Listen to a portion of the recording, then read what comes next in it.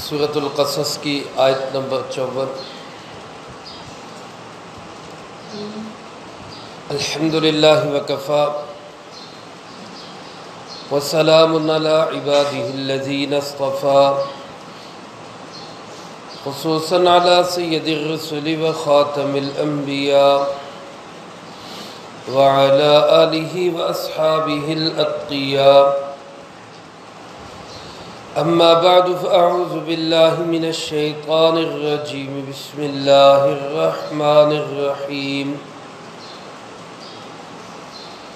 اولئک یؤتون اجرهم مرتین بما صبروا ویدرؤون بالحسنۃ السیئۃ ومما رزقناہم ينفقون۔ وَإِذَا سَمِعُوا اللَّغْوَ أَعْرَضُوا عَنْهُ وَقَالُوا لَنَا أَعْمَالُنَا وَلَكُمْ أَعْمَالُكُمْ سَلَامٌ عَلَيْكُمْ لَا نَبْتَغِي الْجَاهِلِينَ۔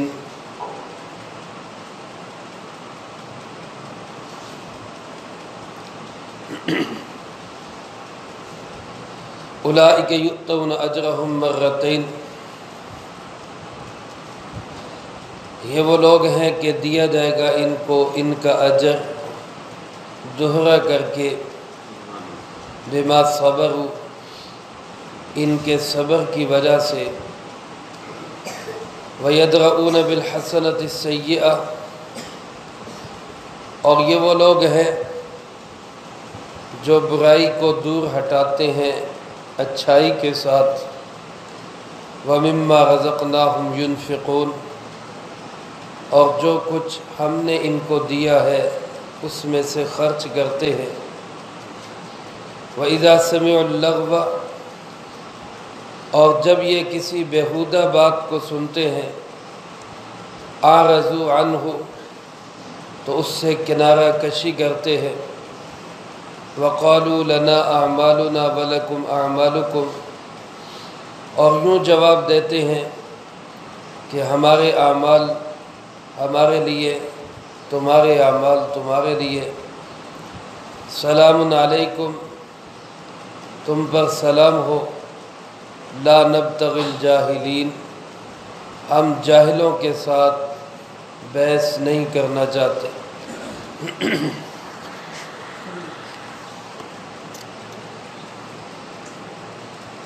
ان آیات مبارکہ میں اللہ رب العالمین نے ان چند لوگوں کی تعریف فرمائی ہے جنہوں نے جناب محمد کریم صلی اللہ علیہ وسلم کی بعثت سے پہلے بھی دین حق کو اپنایا، اور پھر جب آپ صلی اللہ علیہ وسلم تشریف لائے تو وہ آپ صلی اللہ علیہ وسلم پر بھی ایمان لائے۔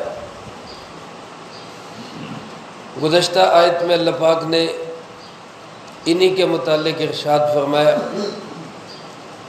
الذین آتیناہم الکتاب من قبل ہم بہ یؤمنون،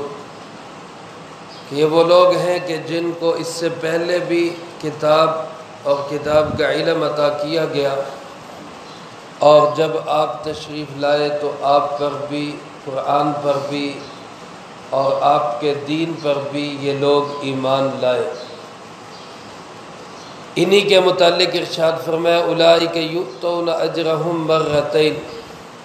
یہ وہ لوگ ہیں کہ ان کو ان کا اجر دوہرا کر کے دیا جائے گا۔ قرآن کریم میں ان کے متعلق بھی ارشاد فرمایا گیا کہ اجر ڈبل ملے گا۔ اسی طرح ازواج مطہرات جو جناب محمد کریم صلی اللہ علیہ وسلم کی بیویاں ہیں، ازواج ہیں، ان کے متعلق بھی قرآن کریم نے یہی اعلان فرمایا۔ 22ویں پارے کی پہلی آیت، وَمَن يَقْنُتْ مِنكُنَّ لِلَّهِ وَرَسُولِهِ وَتَعْمَلْ صَالِحًا نُؤْتِهَا أَجْرَهَا مَرَّتَيْنِ۔ اللہ پاک نے ازواج مطہرات کو مخاطب کر کے فرمایا، تم میں سے جو عورت بھی نیک صالحہ بنے گی، عبادت گزار بنے گی، پاکیزگی اختیار کرے گی، ہم اس کو اس کے اعمال کا دوہرا اجر عطا فرمائیں گے۔ بخاری شریف کی روایت میں ہے کہ 3 اور لوگ ہیں جن کے متعلق اسی طرح دوہرے اجر کا اعلان کیا گیا۔ ایک تو یہی شخص جو پہلے بھی ایمان والا تھا، تورات، انجیل اور ادیان سابقہ پہ اس کا ایمان تھا، پہلے بھی توحید پہ قائم تھا، پھر جناب محمد کریم صلی اللہ علیہ وسلم تشریف لائے تو اس نے پھر دین حق کو ہی اختیار کیا، آپ پہ ایمان لایا۔ اس کے متعلق رسول اللہ صلی اللہ علیہ وسلم نے بھی ارشاد فرمایا کہ اس کو دوہرا اجر دیا جائے گا۔ دوسرا شخص جو آپ نے ارشاد فرمایا وہ فرمایا وہ غلام ہے جو کسی آقا کا غلام ہو، جیسا کہ پہلے زمانے میں غلام اور باندیاں ہوا کرتے تھے، اب تو اس کا تصور ہی ختم ہو گیا۔ اسلام کی برکت سے الحمدللہ، رسول اللہ صلی اللہ علیہ وسلم کی تعلیمات کی برکت سے وہ جو لوگوں کو غلام بناتے تھے وہ تصور ختم ہو گیا۔ پہلے زمانے میں غلام اسی طرح بکا کرتے تھے جس طرح جانوروں کی منڈیاں لگتی، جانور بکتے ہیں، لیکن سید المرسلین جناب محمد کریم صلی اللہ علیہ وسلم نے اس قدر غلامی کی آزادی کی ترغیب دی، غلاموں کو آزاد کرنے کی، اور غلام بنانے کی اس طرح حوصلہ شکنی کی کہ آج دنیا سے شخصی غلامی کا تصور ختم ہو چکا ہے۔ لیکن جو ظالم اقوام ہیں وہ آج بھی لوگوں کو اپنا غلام بنانا چاہتے ہیں، پوری قوموں کو غلام بنانا چاہتے ہیں، اور وہ غلام در غلام بنا کر اپنی نوکری چاکری کروانا چاہتے ہیں۔ انگریز جب بر صغیر میں اس نے اپنے ناپاک قدم رکھے تو اس نے یہی حربہ اختیار کیا کہ جنہوں نے وفاداری کی، انگریز کی بات کو مانا، ان کو جاگیریں بھی عطا کی، ان کو لمبے لمبے جو ہے وہ عہدے بھی دیے، سر کے خطاب بھی دیے، اور بہت نوازشات ان پہ کی، اور جنہوں نے اس کے نظام کو ٹھکرایا اور قرآن و سنت کو سینے سے لگایا ان کو پابند سلاسل کیا، ان کو وہ جو ہے وہ سولیوں پہ لٹکایا، قیدوں میں ڈالا، اور بے پناہ مشقتیں ان کے اوپر ڈالی گئی، یا کم سے کم ان کی توہین اور تذلیل اور ان کو معاشرے کے اندر ایک گھٹیا اور حقیر انسان کے طور پہ پیش کیا اس نے۔ بہرحال یہ غلاموں کو آزادی دلوانا، غلامی سے لوگوں کو نجات دلوانا، یہ جناب محمد کریم صلی اللہ علیہ وسلم کا مشن ہے۔ تو آپ نے یہ بات بھی ارشاد فرمائی کہ اگر کوئی شخص غلام ہو اور وہ غلام ہو کر اپنے آقا کی بھی پوری اطاعت کرے، پوری طرح اس کی بات مانے، اس کی نافرمانی نہ کرے، اس کو ستائے اور تنگ نہ کرے، اور دوسری طرف وہ اللہ کا بھی پورا حق ادا کرے، تو رسول اللہ صلی اللہ علیہ وسلم نے ارشاد فرمایا اس غلام کے ہر عمل کا اللہ اس کو دوہرا اجر عطا فرماتا ہے۔ تیسرے نمبر پہ آپ نے فرمایا کہ وہ آقا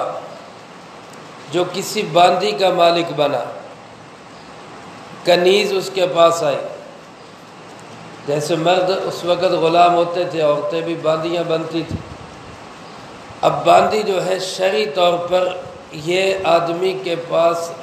آدمی اس کو اپنے پاس رکھ سکتا ہے، اور صرف رکھ نہیں سکتا بلکہ جیسے بیوی کے ساتھ وظیفہ زوجیت ادا ہو سکتا ہے،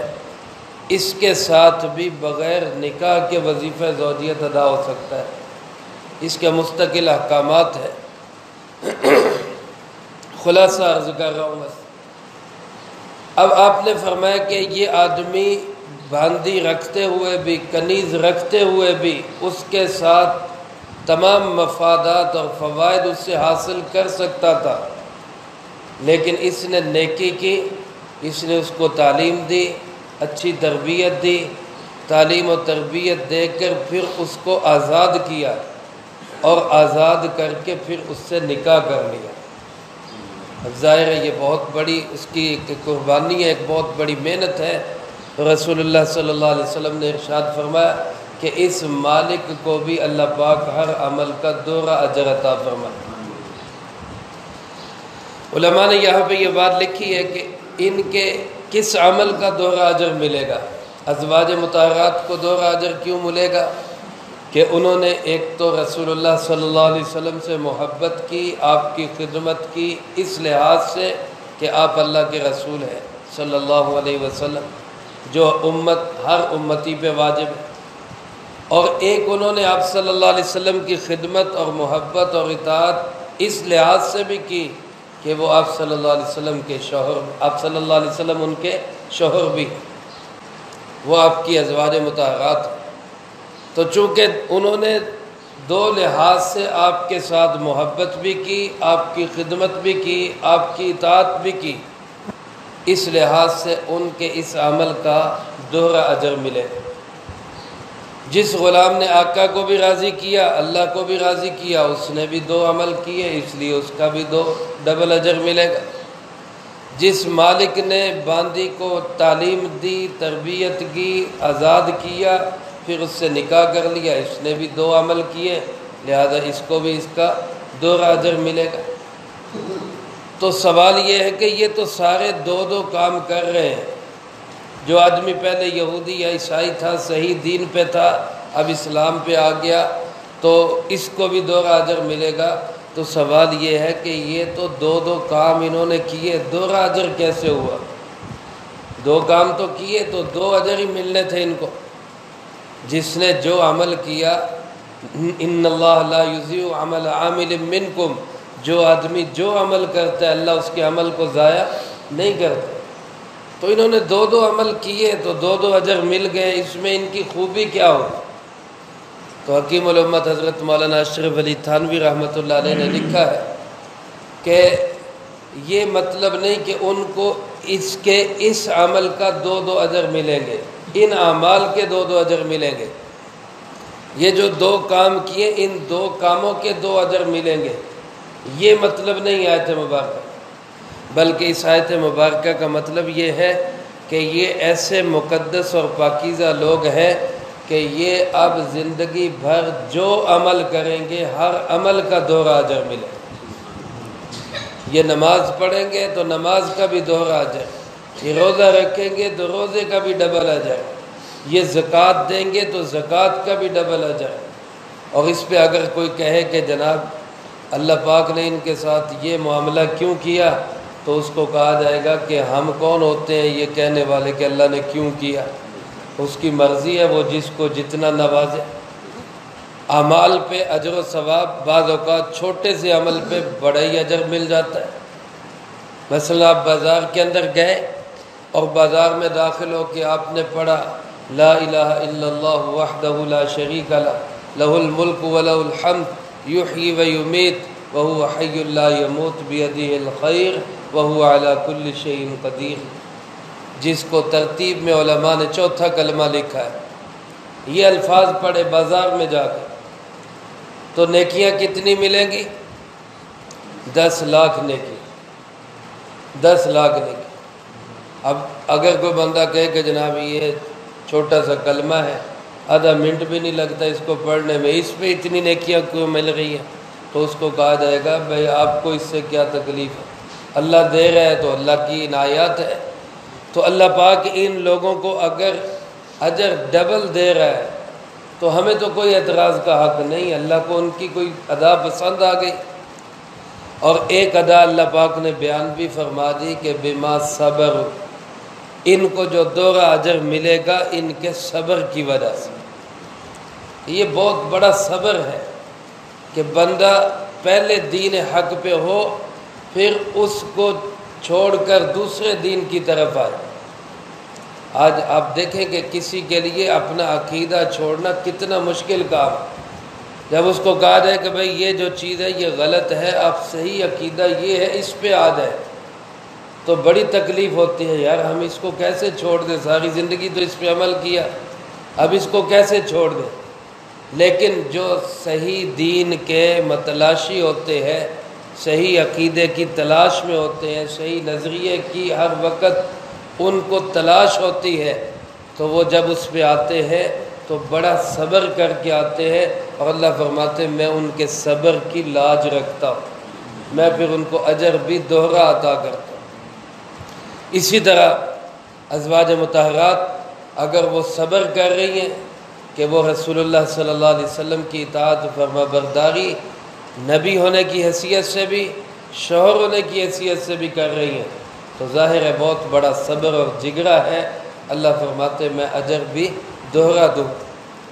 اسی طرح جو غلام اپنے آقا کو بھی راضی کر رہا ہے، اللہ کو بھی راضی کر رہا ہے، ظاہر بات ہے ڈبل مشقت اختیار کر رہا ہے۔ اسی سے معلوم ہوا کہ دین کے اندر جو اجر ہے وہ انسان کی مشقت کے بقدر ہوتا ہے۔ العطایا بقدر البلایا، اللہ کی طرف سے جو اجر و ثواب ملتا ہے وہ مشقت اختیار کرنے پہ، جو جتنی مشقت اختیار کرے، جتنا بڑا مجاہدہ کرے۔ اور دوسری خوبی اللہ پاک نے ان لوگوں کی یہ بتائی کہ وَيَدْرَؤُونَ بِالْحَسَنَةِ السَّيِّئَةِ، یہ وہ لوگ ہیں جو برائی کو اچھائی سے دور کرتے، برائی کو اچھائی سے دور کرتے۔ اس کے دو مفہوم ہیں۔ ایک مفہوم تو یہ ہے کہ اگر گناہ ہو جائے، غلطی ہو جائے، حکم عدولی ہو جائے، لغزش ہو جائے، بھول ہو جائے، تو اس کے فوراً بعد کوئی اچھائی کرنی چاہیے تاکہ گناہ کے اثرات زائل ہو جائیں۔ جیسا کہ حدیث پاک میں آپ صلی اللہ علیہ وسلم نے حضرت معاذ بن جبل رضی اللہ تعالیٰ عنہ سے فرمایا کہ اے معاذ اتبع الحسن اتبع السیئۃ الحسنہ، او کما قال علیہ السلام۔ مفہوم اس کا یوں ہے کہ جب برائی ہو جائے تو اس کے بعد فوراً اچھائی کرو، گناہ ہو جائے تو ساتھ ہی کوئی نیکی کا عمل کر لو تاکہ گناہ کے اثرات ختم ہو جائیں اور نیکی کے اثرات باقی رہ جائیں۔ اور دوسرا مفہوم اس کا یہ ہے کہ اگر کوئی شخص تمہارے ساتھ ظلم اور زیادتی کرے، تمہارے ساتھ بد اخلاقی کا مظاہرہ کرے، تمہارے ساتھ غلط رویے سے پیش آئے، تو اس کا جواب اینٹ کا جواب پتھر سے دینے کی بجائے، ایک سنائی 10 سنانے کی بجائے،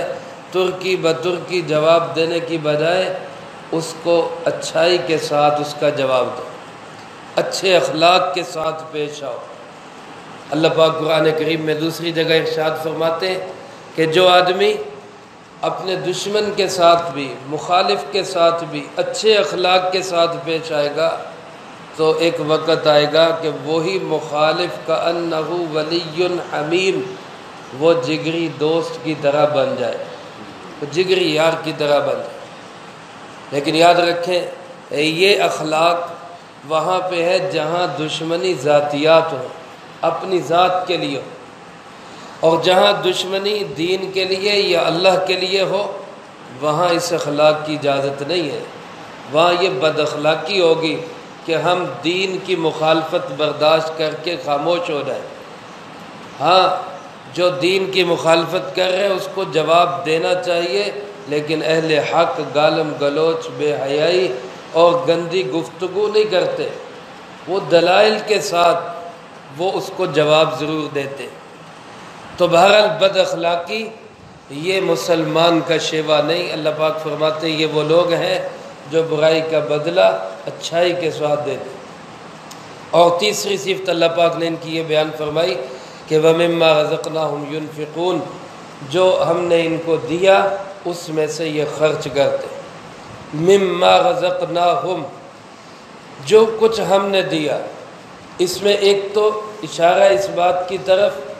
کہ ضروری نہیں کہ بہت بڑا مال اللہ دے تو پھر ہی بندہ خرچ کرے۔ اللہ پاک نے فرمایا مما رزقناہم، جو ہم نے دیا۔ تو ظاہر بات ہے کوئی اگر 1000 پتی ہے تو وہ بھی کس نے دیا ہوا ہے؟ اللہ نے۔ کوئی 1,00,000 پتی ہے تو وہ بھی کس نے دیا ہوا ہے؟ کوئی کروڑ پتی ہے تو وہ بھی کس کا دیا ہوا ہے؟ اللہ کا، جس کو اللہ نے جتنا دیا ہے وہ اسی حساب سے ينفقون خرچ کرے۔ اور دوسرا مطلب یہ بھی ہے کہ مما رزقناہم، علم ہے وہ دیا ہوا ہے تو علم خرچ کرے، اچھا اخلاق دیا ہوا ہے تو اچھا اخلاق خرچ کرے، مال و دولت دیا ہوا ہے تو اس کو خرچ کرے، کسی کو اللہ نے عہدہ دیا ہے تو اپنے عہدے کو فقراء مساکین کی خدمت پہ خرچ کرے۔ یعنی اللہ پاک نے جس کو جو نعمت عطا کی ہے وہ اپنی اس نعمت کو راہ خدا میں خرچ کرے۔ اور ایک صفت اللہ پاک نے ان لوگوں کی یہ بیان فرمائی، وَإِذَا سَمِعُوا اللَّغْوَ، کہ یہ لوگ جب فضول اور گندی اور بیہودہ گفتگو سنتے ہیں تو اس میں مقابلہ کرنے کی بجائے اعرضوا عنہ، کنارہ اختیار کر لیتے، اگنور کر دیتے، سائیڈ پہ ہو جاتے ہیں، اس بات کو ٹال دیتے ہیں اور ہٹ جاتے ہیں اور یوں جواب دیتے ہیں لنا اعمالنا ولکم اعمالکم، تم اپنی جگہ عمل کرتے رہو، ہم اپنی جگہ عمل کرتے ہیں، اللہ بدلہ دے گا، پتہ چل جائے گا۔ آج کے ماحول کے اندر جب لوگ ایک دوسرے سے الجھتے ہیں مذہبی بحثوں میں، سیاسی بحثوں میں اور دوسری تیسری چیزوں میں، تو ایک ایمان والے کا کام یہ ہے کہ وہ حق پہ قائم رہتے ہوئے اہل باطل کو، تمسخر اڑانے والوں کو، مذاق اڑانے والوں کو وہ یوں ہی کہے کہ جناب آپ جو کر رہے ہیں آپ کو مبارک، اور ہم جو کر رہے ہیں ہمیں کرنے دے، بدلہ لینا ہے کس سے؟ ہم نے اللہ، آپ کو آپ کے کیے کا مل جائے گا، ہمیں ہمارے کیے کا مل جائے گا۔ تو خام خواہ سینگ پھنسانا اور ہر وقت ٹکر کے موڈ میں رہنا، بحث و مباحثے کے موڈ میں رہنا، یہ ایمان والے کا کام نہیں، بلکہ فرمایا جہاں ایسی نادانی کی بات ہو جائے تو وہ کیا کرتا ہے؟ وہ کہتا ہے سلام علیکم، وہ سلام علیکم کہہ کے جان چھڑا لیتا ہے۔ علماء نے لکھا ہے سلام کی دو قسمیں، ایک ہوتا ہے سلام تحیہ، ملنے کے لیے سلام کرنا، آپس میں ملاقات کے لیے سلام کرنا، اور ایک ہوتا ہے سلام متارکہ، چھوڑنے کے لیے سلام کرنا، کہ بجائے اس کے کہ بھائی ہم آپس میں مل کے الجھ کے لڑ جھگڑ کے اٹھیں، ہم یہیں پہ بات ختم کرتے ہیں، آپ کو سلام ہو میں جا رہا ہوں، اس کو کہتے ہیں سلام متارکہ۔ تو اللہ پاک نے ایسے ایمان والوں کی تعریف کی ہے کہ جو ایسی فضول اور جاہلانہ بحثوں میں الجھنے کی بجائے